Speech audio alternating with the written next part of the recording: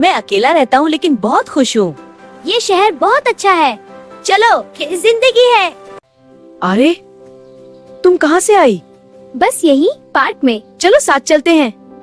तुमसे मिलकर बहुत अच्छा लगा। मुझे भी। तुम बहुत मजे के लगते हो। क्या हम दोस्त बन सकते हैं?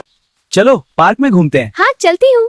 तुम मेरे सबसे अच्छे दोस्त हो। ये दोस्ती अब मोहब्बत में बदल गई है। तुमसे शादी करना चाहता हूँ। शादी? लेकिन मैं डर रही हूँ। डरने की क्या बात है? नहीं, मुझे डर लगता है। पहले अपने घर वालों को मनाओ।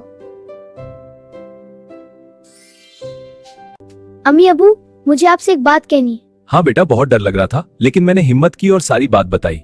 नहीं, बिल्कुल नहीं। हम इनकार करते हैं। मुझसे मत पूछो, मेरा भी यही जवाब है। ठीक है, हम मान गए। ये शुक्रिया। हमारे खानदान मिल रहे हैं। हाँ, शादी तय हो गई। खुदा करे ये रिश्ता हमेशा खुश रहे। हाँ, सब आखिरकार हमारी शादी हो गई। हाँ, अब हम हमेशा खुश रहेंगे। चलो घर चलते हैं साथ साथ। खुशी खुशी।